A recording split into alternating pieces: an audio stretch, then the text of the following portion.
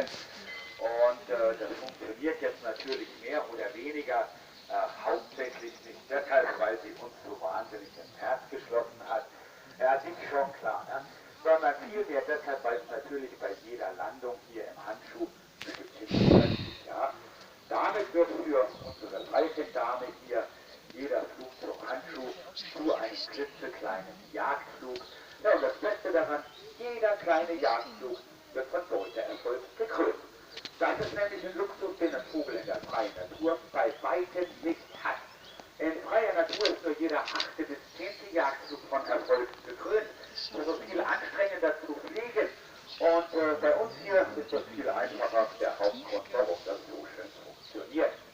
Fliegen wird übrigens von uns Menschen in Bezug auf Vögel meistens überbewertet, denn der Vogel fliegt nicht aus Lust und Liebe, weil er es kann oder weil er das toll findet, sondern es gibt nur 4 gute Gründe zum Fliegen.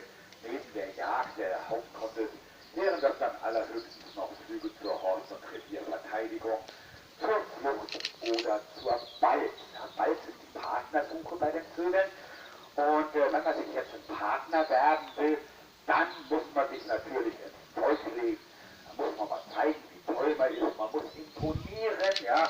Also ähnlich wie bei uns Menschen, ne? Wenn wir ein Weibchen suchen, versuchen wir auch zu imponieren. Und richtig, ja, jetzt zum letzten Flug hier, große Belohnung. Und Lilly wird nochmal bei ihm vorbeikommen. Also zum Imponieren wird dann natürlich geflogen, ja, wird total blödsinnig, unnötig Energie verbrannt, auch was ganz Menschliches, sich noch ein bisschen zum Affen zu machen bei der Balz. Ne? Das ist dann tatsächlich der Hauptgrund. Wenn ein Vogel vollgefressen ist, ansonsten keinen Grund zum Fliegen hat, ja, dann bleibt er viel lieber irgendwo in einem geschützten Baum sitzen, flickt sein Gefieder und guckt sich die Welt da in aller Ruhe an. Lilly kommt hier nochmal vorbei. Das ist jetzt natürlich eine gute Gelegenheit, sich so einen Falken mal aus der Nähe anzuschauen. Ist aber auch ein genauso guter Grund oder Gelegenheit, sich mal hier das Futter näher anzuschauen. Ne? Unsere Theo hat es eben auch schon gezeigt, etwas, was hier tatsächlich relativ häufig gefragt werden. Was fressen eure Vögel hier eigentlich so genau? Nun ist es natürlich so, wir arbeiten hier mit Eulen, mit Greifvögeln, mit Falken. Allesamt haben eine ganz große Gemeinsamkeit, unser Troll. Und das ist tatsächlich diese federspielende prima Beute-Attrappe, ist ein Lederkörper, ein bisschen Futter drauf.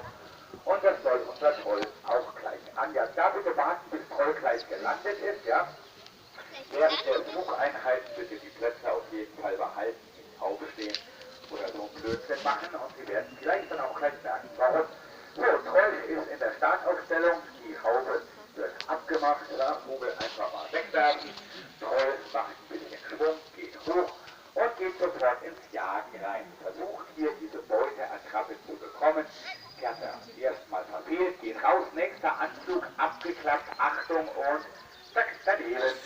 Oh, und dass das jetzt nicht so klappt, wie er sich das vielleicht vorstellt, hängt nur damit zusammen, dass eben die Diener in diese Beuteattrappe immer kurz vor den Fängen wegziehen, weil sie so das Fluchtverhalten einer fliegenden Beute nachahmen.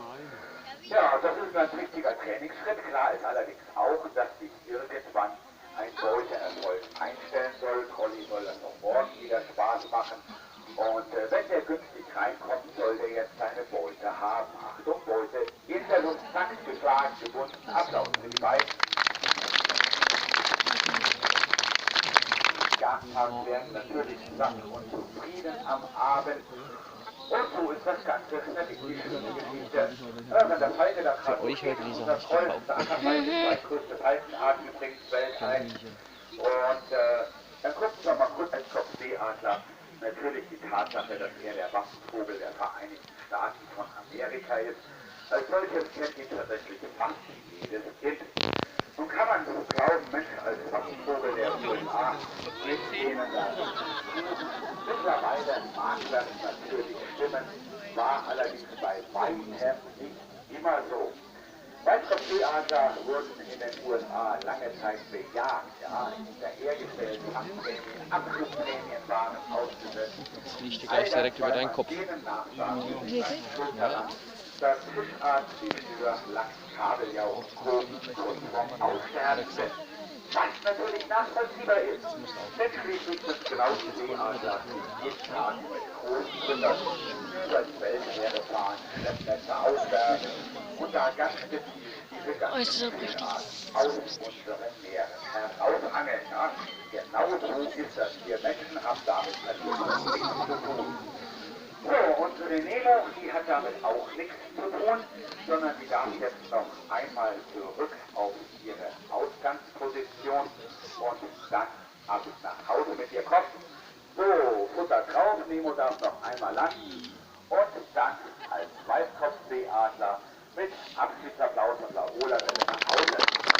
So, und hier zu uns gekommen ist jetzt ein anderer Wappenvogel, nämlich der von Ungarn, genauer gesagt ein Sakerfalter. Ein größeres Vögelchen, glaube ich, kommt zu uns, wenn ich richtig aus dem gesehen habe.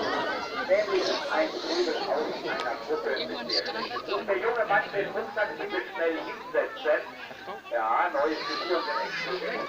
Wir wollen einen Geier dazu holen. Ich glaube, unsere Schnittchen ist auf dem Weg hierher. Sehe ich das richtig? Sehe ich das richtig? Genau, kommt gerne mal zum Fuß rein mit 10 Fingern, meistens nur 10 Mal. Ja? Dann geht die mittlere Treppe hoch. Ja, also nach dem 10. reichen dann im Normalfall nur noch ohne Fingerchen. Deshalb bitten wir uns nicht lassen. So, Hüttel, wie sieht's aus? Du dürftest die Treppe hochgehen. Genau. Ja, das ist gut, wenn man die Finger gerne mal bei sich behalten. Ja? Sitzen bleiben!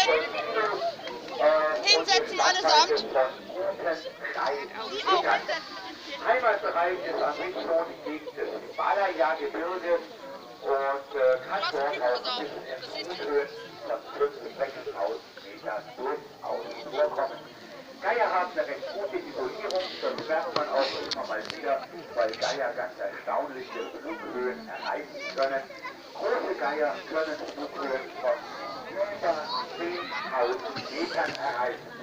No, das weiß man recht genau, nicht weil man die Französen angeschaut hat, sondern vielmehr deshalb, weil immer wieder mal Testpiloten mit der Richtung von Geiern ganz groß richten.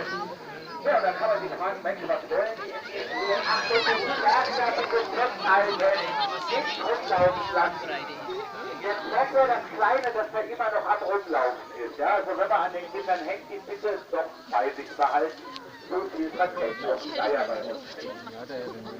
Ja, jetzt wird also ein ganz klassischer großer Geier, Flughöhen 10.000 Meter, wenn die guten Jetstream oder ähnliches findet, kann die auf Tagesdistanzen von über 1.000 Kilometer locker überbrücken.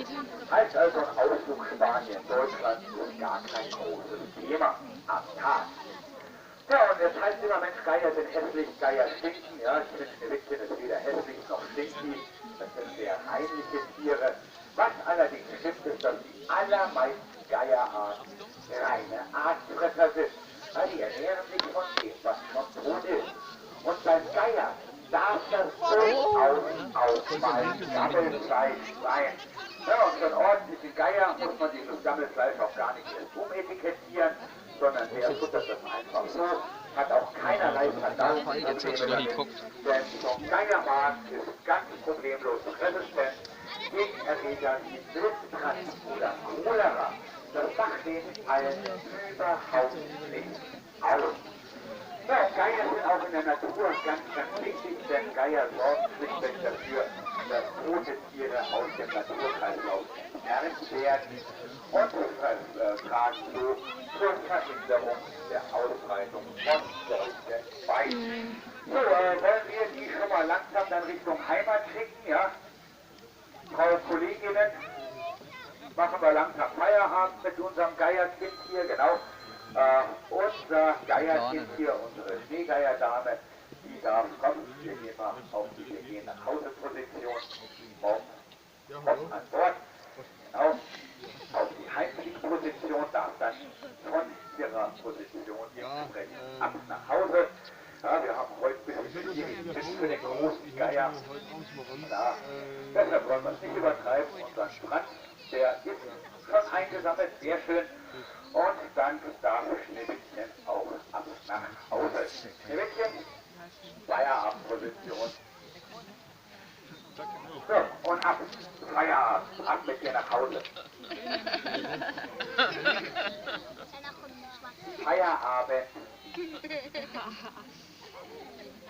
Die hören aufs Wort, ne? So nicht aufs Erste. So, ab heim mit dir. Achso, ist eine Dame. Vielleicht mal mit Abschiedsapplaus probieren, ne?